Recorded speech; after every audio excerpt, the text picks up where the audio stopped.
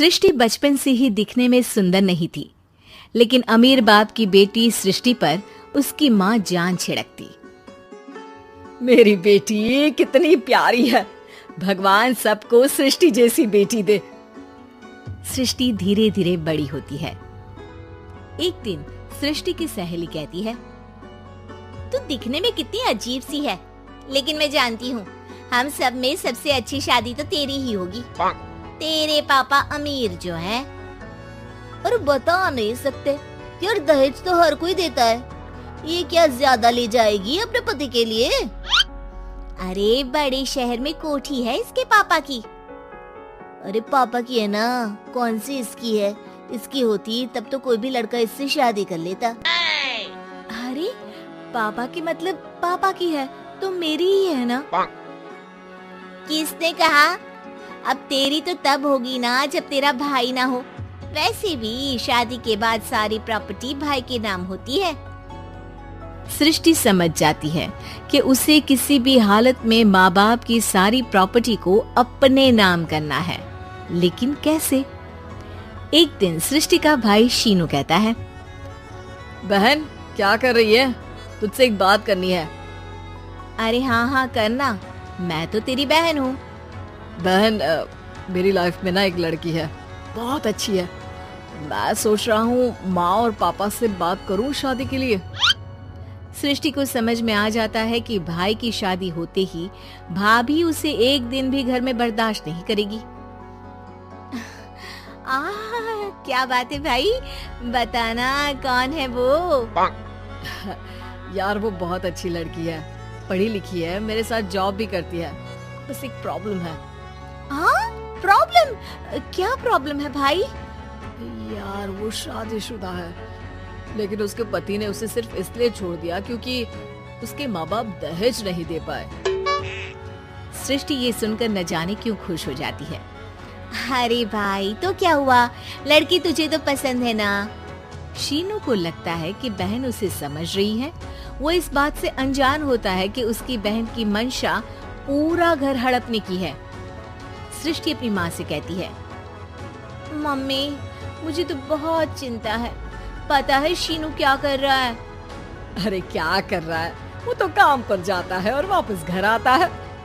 नहीं ना माँ, वो यही तो नहीं कर रहा, बाकी सब कर रहा है। आपको पता है उससे प्यार है, और वो भी एक शादीशुदा लड़की से। ये क्या हो गया? मैं सोसाइटी में क्या मुंह दिखाऊंगी? अरे तेरे पापा तो यही कहेंगे कि मैंने ही उसे बिगाड़ दिया है। माँ देखो, मेरी बात मानो, पापा पर भी विश्वास करने की जरूरत नहीं है। अब आप ही बताओ, पापा इतनी देर घर के बाहर रहते हैं क्यों? बोलो। अरे बेटा वो तो नौकरी करते हैं ना। तू बहुत भोली है माँ, पापा का ऑफिस तो 7 बजे खत्म हो जाता है, लेकिन देखो कितनी देर से आते हैं। अरे नहीं बेटा, ऐसी कोई बात नहीं है। सृष्टि माँ को एक औरत से बात करते पिता की फोटो दिखाती है। देखो माँ कैसे हैं पापा, मैं ना कहती थी कि पापा सही नहीं है। मैं तेरे पापा से बात करूंगी, दे फोटो मुझे। ओ माँ, वो तो डिलीट हो गई। लेकिन चल, तूने तो देख लिया ना, पापा से बाद में बात कर लेना। और हाँ, मेरा नाम बिल्कुल मत लेना। हाँ माँ। अब क्या था, सृष्टि के माँ और पिता के बीच झगड़ा होना शुरू हो जाता है। सृष्टि के मन में क्या चल रहा था कोई नहीं जानता था। एक दिन, माँ सृष्टि के लिए एक लड़का देखा है, वो लोग शाम को उसे देखने आने वाले हैं। और हाँ माँ, एक खुशखबरी, मैं और पापा मिलकर एक नया बिजनेस ट्राई कर रहे हैं। शाम को लड़का आता है, सांवले रंग का। सृष्टि को तो बिल्कुल भी पसंद नहीं आता। लड़की की माँ कहती है, लड़की का चेहरा तो कोई खास नहीं, लेकिन अगर मेरे बेटे को आप लोग सेटल कर दें तो मैं उसकी शादी आपकी बेटी से करवा दूं। सृष्टि को लड़का बिल्कुल पसंद नहीं था। उसे भाई पर गुस्सा आ जाता है। लड़के वालों के जाने के बाद कहती है, माँ देखा शीनू मेरे लिए कैसा लड़का लेकर आया, न दिखाने लायक न सुनने लायक, सेटल भी नहीं, वो भी हम करे। अरे माँ, मैं जानती हूँ ये मेरी शादी किसी भी घर में क्यों करवाना चाहता है। अरे कैसी बात कर रही है बहन, तूने तो देखा ना, लड़के को मैंने ही मना कर दिया तुझसे शादी के लिए। जिसने लड़का बताया था उसने उसकी बहुत तारीफ की थी। बात आई गई हो जाती है, लेकिन सृष्टि का मन शांत नहीं होता। क्या करूँ, कुछ समझ में नहीं आ रहा। मेरी शादी हो गई तो ये लोग पूरी प्रॉपर्टी शीनू के नाम कर देंगे, मेरे हाथ तो कुछ लगेगा ही नहीं। तभी सृष्टि को आइडिया आता है। वो किसी वकील को फोन करती है। जी देखिए, अगर आपके मम्मी पापा का तलाक हो जाता है तो आपके पिता की आधी प्रॉपर्टी आपकी माँ के नाम हो जाएगी, फिर उसे वो किसी को भी दे सकती है। सृष्टि अब माँ को बेटे के खिलाफ भरती है।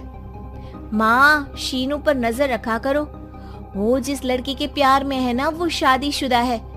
यहाँ आएगी, सारा पैसा, रुपया, जमीन, जायदाद सब हड़प लेगी।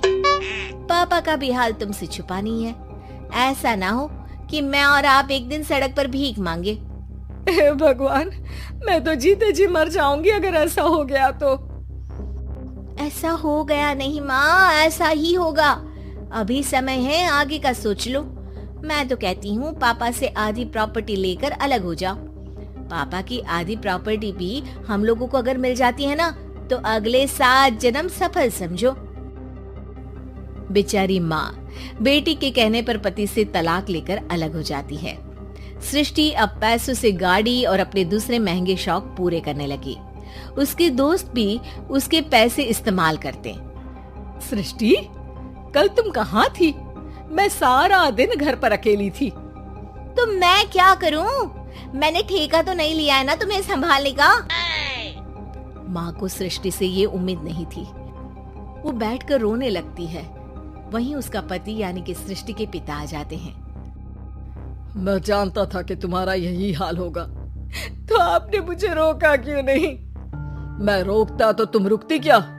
सृष्टि के कहने पर तुमने मुझ पर, अपने बेटे पर शक किया, लेकिन तुम ये भूल गई कि कैसे हम दोनों ने मिलकर जीवन में इतना सब खड़ा किया। माँ पति के गले लग जाती है। मुझे माफ कर दीजिए, मैंने आपकी कमाई का एक बड़ा हिस्सा गवा दिया। कोई बात नहीं, तुम साथ हो तो मैं ऐसी 7 प्रॉपर्टी खड़ी कर दूंगा। तभी वहाँ सृष्टि आ जाती है रोते हुए। माँ, मयंक ने मुझे छोड़ दिया। वो बोल रहा था जब तक मेरे पास पैसे थे तब तक ही वो मेरे साथ था। पापा, माँ, मुझे माफ कर दीजिए।